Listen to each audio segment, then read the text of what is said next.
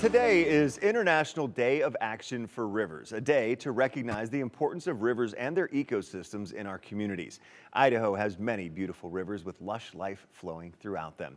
Here with us now is the Executive Director of the Idaho Conservation League, Justin Hayes. Justin, thanks for joining us today. Thank you for having me. You're welcome. So why is it necessary, do you think, to have an International Day of Action for Rivers?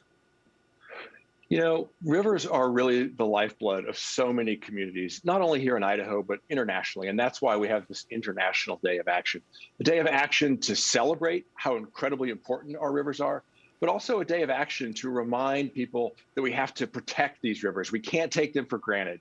We need to be vigilant and we need to be good stewards of this resource. So what are some of the issues facing Idaho's rivers? So Idaho's rivers, many of our rivers are just overused. You know, here in southern Idaho, we're in a desert and we put a lot of demands on our river system. We use them for power generation, we use them for irrigation water, and of course we call on them for fisheries and recreation. So many of our rivers are just overused, overworked. Too much water is taken out of those rivers, and we need to leave a little bit in the river for fish and for other wildlife. Also, climate change.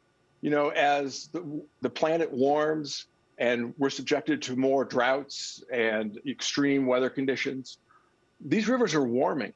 So rivers that you and I might remember as cold water trout fisheries, our children might experience them as smallmouth bass fisheries. And that's very different and not the same. We need to make sure that we're protecting Idaho's rivers so that we can protect the Idaho that we love for future generations. Yeah, we do.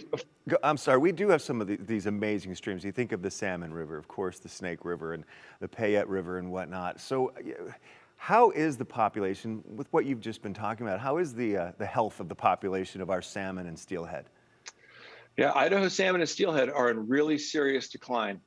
Idaho used to be a state where millions of fish would return annually.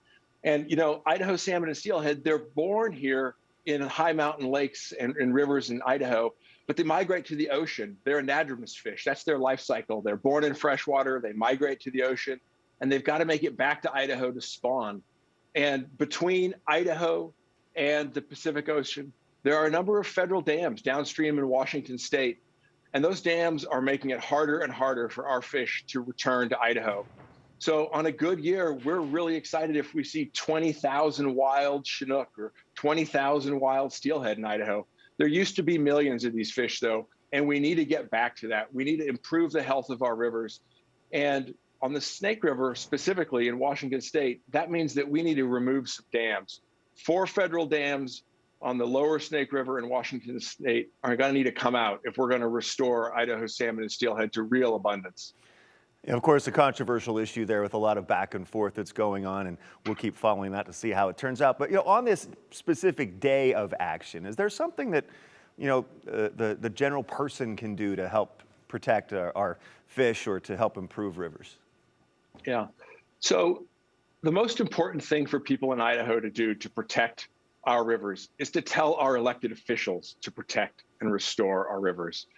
So you can jump onto the Idaho Conservation League website, idahoconservation.org, and there's take action links there. And if you're interested in reducing pollution in the Snake River as it flows through southern Idaho, there's opportunities for you to take action there. If you're interested in salmon and steelhead recovery, there's opportunities for you to take action there as well.